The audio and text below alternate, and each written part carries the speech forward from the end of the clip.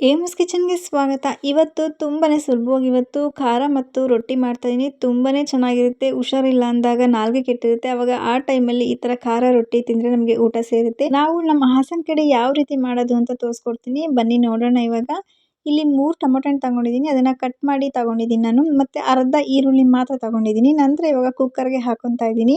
ಖಾರಕ್ಕೆ ಹಸಿರು ಮೆಣಸಿನಕಾಯಿನ ಬಳಸ್ಕೊತಾ ಇದ್ದೀನಿ. ಒಂದು 5 ತಗೊಂಡಿದ್ದೀನಿ ಖಾರ ಇರೋದ್ರಿಂದ. ನೀವು ಇನ್ನೂ ಹೆಚ್ಚು ಬೇಕಾದ್ರೆ ಬಳಸ್ಕೋಬೋದು, ಕಡಿಮೆ ಬೇಕಾದರೆ ಹಾಕೋಬೋದು. ನಂತರ ಬೆಳ್ಳುಳ್ಳಿ 1 ಗಡ್ಡೆಯಷ್ಟು ಬೆಳ್ಳುಳ್ಳಿನ ಸಿಪ್ಪೆ ತೆಗೆದು ಬಿಡಿಸಿ ಹಾಕಿದ್ದೀನಿ. ನಂತರ ನೀರನ್ನು ಸೇರಿಸ್ಕೊಂಡು ಕುಕ್ಕರ್ ಕ್ಯಾಪ್ನ ಕ್ಲೋಸ್ ಮಾಡಿ ನಾನಿಲ್ಲಿ 2 ವಿಷಲ್ ಕೂಗಿಸ್ಕೊಂಡಿದ್ದೀನಿ. ಬೇಗ ಬೇಯುತ್ತೆ, ಅದಕ್ಕೋಸ್ಕರ ನೀವು ಓಪನ್ ಆಗಿ ಕೂಡ ಬೇಯಿಸ್ಕೋಬೋದು.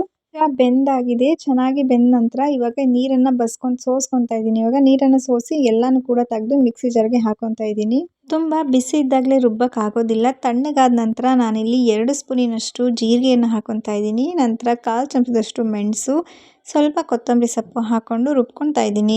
ಇದನ್ನು ನುಣ್ಣಗೆ ರುಬ್ಕೊತಾ ಇಲ್ಲ, ಸ್ವಲ್ಪ ತರ್ತರಿಯಾಗಿ ರುಬ್ಕೊತಾ ಇದ್ದೀನಿ. ನಂತರ ಇದಕ್ಕೆ ಒಗ್ಗರಣೆ ಹಾಕೋದಕ್ಕೆ ಒಂದು ಪಾತ್ರೆ ತಗೊಂಡಿದ್ದೀನಿ. ಅದಕ್ಕೆ ಸ್ವಲ್ಪ ಎಣ್ಣೆ ಕಾದ ನಂತರ ಸಾಸಿವೆ ಹಾಕಿದ್ದೀನಿ. ನಂತರ ಜಜ್ಜಿದ ಒಂದು 4 ಎಸಳು ಬೆಳ್ಳುಳ್ಳಿನ ಹಾಕೊಂಡಿದ್ದೀನಿ. ಮತ್ತು ಅರ್ಧ ಈರುಳ್ಳಿನ ಕಟ್ ಮಾಡಿ ಹಾಕಿದ್ದೀನಿ. ಹಸಿ ಕರ್ಬೇವಿನ ಸೊಪ್ಪನ್ನು ಹಾಕಿದ್ದೀನಿ. ಈರುಳ್ಳಿ ಸ್ವಲ್ಪ ಬೆಂದ ನಂತರ ಇಲ್ಲಿ ರುಬ್ಬಿದ್ವಲ್ಲ ಖಾರ, ಅದನ್ನು ಸೇರಿಸ್ಕೊತಾ ಇದ್ದೀನಿ. ಜಾರ್ಗೆ ಸ್ವಲ್ಪ ನೀರು ಹಾಕ್ಕೊಂಡು ಮಾತ್ರ ಸೇರಿಸ್ಕೊಳ್ಳಿ. ಇದು ಗಟ್ಟಿ ಇದ್ರೇ ಚೆಂದ. ಒಂದು ಸ್ವಲ್ಪ ಅರಿಶಿನ, ರುಚಿಗೆ ತಕ್ಕಷ್ಟು ಉಪ್ಪನ್ನು ಸೇರಿಸ್ಕೊಂಡು ಇದನ್ನು ಬೇಯಿಸ್ಕೊತಾ ಇದ್ದೀನಿ.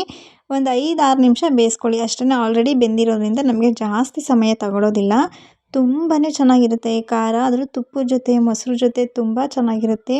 ನೀವು ಕೂಡ ಖಂಡಿತ ಈ ಥರ ಟ್ರೈ ಮಾಡ್ಬೋದು. ಹುಷಾರಿಲ್ಲ ಅಂದಾಗ, ನಾಲ್ಗೆ ಕಟ್ಟಾಗ ತುಂಬ ಚೆನ್ನಾಗಿರುತ್ತೆ. ನಮಗೆ ಅನ್ನ ತಿನ್ನೋಕೆ ಹಾಕ್ತಾರಲ್ಲ ಆ ಸಮಯದಲ್ಲಿ.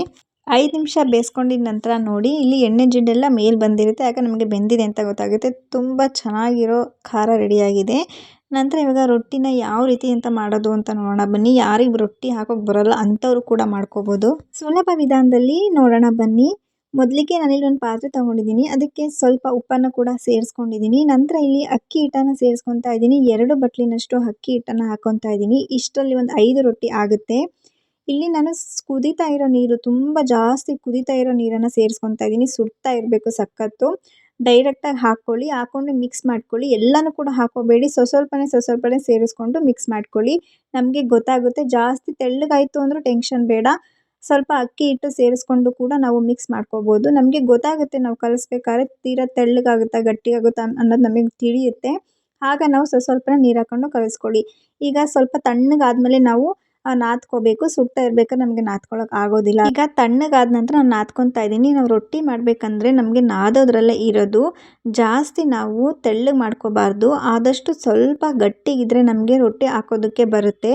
ನಮಗೆ ಮೇಯ್ನ್ ನಾದೋದ್ರಲ್ಲೇ ಇರೋದು. ನಾವು ಎಷ್ಟು ಒಂದು 5-10 ನಿಮಿಷ ಚೆನ್ನಾಗಿ ನಾದಿದಷ್ಟು ನಮಗೆ ರೊಟ್ಟಿ ತಟ್ಟೋದಕ್ಕೆ ತುಂಬ ಚೆನ್ನಾಗಿ ಬರುತ್ತೆ. ಎಲ್ಲೂ ಕೂಡ ಬಿರ್ಕು ಅನ್ನೋದು ಬಿಡೋದಿಲ್ಲ.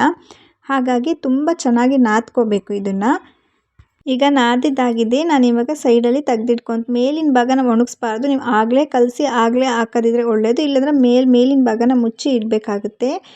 ಈಗ ಸ್ವಲ್ಪ ತಗೊಂಡು ಉಂಡೆಯನ್ನಾಗಿ ಮಾಡ್ಕೊತಾ ಇದ್ದೀನಿ ನಾನು. ಕೈಯಲ್ಲೇ ಸ್ವಲ್ಪ ಲಟ್ಟಿಸ್ಕೊಳ್ಳಿ. ಕೈಯಲ್ಲೇ ಸ್ವಲ್ಪ ಲಟ್ಟಿಸ್ಕೊಂಡ್ರೆ ನಮಗೆ ರೊಟ್ಟಿ ಸುಲಭವಾಗಿ ಹಾಕೊಬೋದು. ಡೈರೆಕ್ಟಾಗಿ ನಾವು ಮಣೆ ಮೇಲೆ ಹಾಕಿ ಮಾಡ್ತೀವಿ ಅಂದರೆ ಆಗೋದಿಲ್ಲ. ಸ್ವಲ್ಪ ಹಸಿಟ್ಟನ್ನು ಹಾಕ್ಕೊಂಡು ನಾನು ಕೈಯಲ್ಲೇ ತಟ್ತಾ ಇದ್ದೀನಿ. ಕೈಯಲ್ಲೇ ಮಾಡಿಕೊಂಡ್ರೆ ತುಂಬಾ ಚೆನ್ನಾಗಿರುತ್ತೆ. ಟೇಸ್ಟ್ ಕೂಡ ಅಷ್ಟೇ ಚೆನ್ನಾಗಿ ಬರುತ್ತೆ. ನಮಗೆ ಅಭ್ಯಾಸ ಆಗಿರೋದ್ರಿಂದ ನಾವು ಕೈಯಲ್ಲೇ ಹಾಕ್ಕೊತೀವಿ. ಕೆಲವೊಬ್ಬರಿಗೆ ಬರಲ್ಲ ಅಂತ ಅಂತಾರೆ. ಅಂಥವ್ರಿಗೂ ಕೂಡ ಮುಂದೆ ನಾನು ತೋರಿಸ್ತೀನಿ ಲಟ್ಟಣಿಗೆ ಬಳಸಿ ಮಾಡೋದ್ರನ್ನು. ನೋಡಿ, ಸ್ವಲ್ಪ ಹಸಿಟ್ಟು ಹಾಕ್ಕೊಂಡು ನಾನು ತೊಟ್ಕೊತಾ ಇದ್ದೀನಿ. ತುಂಬ ಚೆನ್ನಾಗಿ ಬರುತ್ತೆ. ಸುಲಭವಾಗಿ ಮಾಡ್ಕೊಬೋದು ಮನೆಯಲ್ಲಿ. ಎಲ್ಲೂ ಕೂಡ ಸೈಡಲ್ಲಿ ಬಿರ್ಕು ಬಿಡೋದಿಲ್ಲ. ಅಷ್ಟು ಚೆನ್ನಾಗಿ ಬರುತ್ತೆ. ಸುಲಭವಾಗಿ ಕೈಯಲ್ಲಿ ಎತ್ತಿ ತವೆ ಮೇಲೆ ಹಾಕ್ಬೋದು. ಅಷ್ಟು ಚೆನ್ನಾಗಿ ಬರುತ್ತೆ. ಇವಾಗ ಲಟ್ಟಣಿಗೆ ಲಟ್ಟಿಸ್ತಾ ಇದ್ದೀನಿ. ಕೆಲವರಿಗೆ ರೊಟ್ಟಿ ಹಾಕೋಕ್ಕೆ ಬರೋದಿಲ್ಲ. ಹಾಗಾಗಿ ಚಪಾತಿ ಒತ್ತುತ್ತೀವಲ್ಲ, ಆ ರೀತಿ ನಾವು ಲಟ್ಟಿಸಿ ಮಾಡ್ಕೋಬೋದು. ತುಂಬಾ ಚೆನ್ನಾಗಿ ಬರುತ್ತೆ. ಇದರಲ್ಲೂ ಕೂಡ ನಮಗೆ ಯಾವ ಶೇಪಲ್ಲಿ ಬೇಕಾದ್ರೂ ನಾವು ಲಟ್ಟಿಸ್ಕೋಬೋದು. ರೌಂಡೇ ಬರಬೇಕು ಅಂತ ಏನಿಲ್ಲ. ಯಾವ ಶೇಪಲ್ಲಿ ಬೇಕಾದ್ರೂ ಲಟ್ಟಿಸ್ಕೊಂಡು ಒಂದು ಪ್ಲೇಟ್ ತಗೊಂಡು ಅದನ್ನು ರೌಂಡ್ ಶೇಪಲ್ಲಿ ಮಾಡ್ಕೊಳ್ಳಿ. ಇದು ಕೂಡ ತುಂಬ ಈಸಿ. ಇದು ಕೂಡ ಬೇಗ ಆಗೋಗುತ್ತೆ. ನೋಡಿ, ತುಂಬ ಚೆನ್ನಾಗಿ ಬರುತ್ತೆ ರೊಟ್ಟಿ. ಆದಷ್ಟು ನಾವು ತೆಳ್ಳಗೆ ಲಟ್ಟಿಸ್ಕೋಬೇಕು. ನೋಡಿ, ಇದು ಕೂಡ ತುಂಬ ಚೆನ್ನಾಗಿ ಬಂದಿದೆ. ನಂತರ ಇವಾಗ ಯಾವ ರೀತಿ ಬೇಯಿಸೋದು ಅಂತ ತೋರಿಸ್ಕೊಡ್ತಾ ಇದ್ದೀನಿ ನೋಡಿ. ಇವಾಗ ನಾವು ಮೇಲ್ಗಡೆ ತಟ್ಟಿರ್ತೀವಲ್ಲ, ಆ ಭಾಗನ ನಾವು ಕೆಳಗೆ ಮಾಡಬೇಕು. ಹಸಿಟ್ಟಿರುತ್ತಲ್ಲ, ಆ ಭಾಗನ ಮೇಲ್ಗಡೆ ಮಾಡಬೇಕು. ಒಂದು 5 ನಿಮಿಷ ಬೆಂದಾದ ನಂತರ ನಾನಿಲ್ಲಿ ನೀರನ್ನು ಸವರ್ತಾ ಇದ್ದೀನಿ.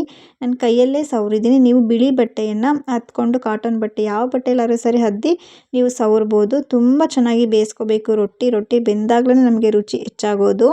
ಈಗ ಎಲ್ಲನೂ ಕೂಡ ಸೈಡಲ್ಲಿ ಎಲ್ಲ ಕಡೆಯೂ ಕೂಡ ಚೆನ್ನಾಗಿ ಬೇಯಿಸ್ಕೊಂಡಿದ್ದೀನಿ. ನೋಡಿ ರೊಟ್ಟಿ ಅಂತೂ ತುಂಬ ಚೆನ್ನಾಗಿ ಬಂದಿದೆ. ಅದ್ರ ಜೊತೆ ಖಾರ ಇದ್ರಂತೂ ತುಂಬ ಚೆನ್ನಾಗಿರುತ್ತೆ. ಇದ್ರ ಮುಂದೆ ಯಾವ ಊಟನೂ ಕೂಡ ಇರೋದಿಲ್ಲ. ನಾವು ನಮ್ಮ ಹಾಸನ ಕಡೆ ಯಾವ ರೀತಿ ಮಾಡೋದು ಅಂತ ತೋರಿಸ್ಕೊಟ್ಟಿದ್ದೀನಿ. ನಿಮಗೆ ಈ ರೆಸಿಪಿ ಇಷ್ಟ ಆಗಿದ್ರೆ ಸಬ್ಸ್ಕ್ರೈಬ್ ಮಾಡಿ, ಸಪೋರ್ಟ್ ಮಾಡಿ. Thank you for watching.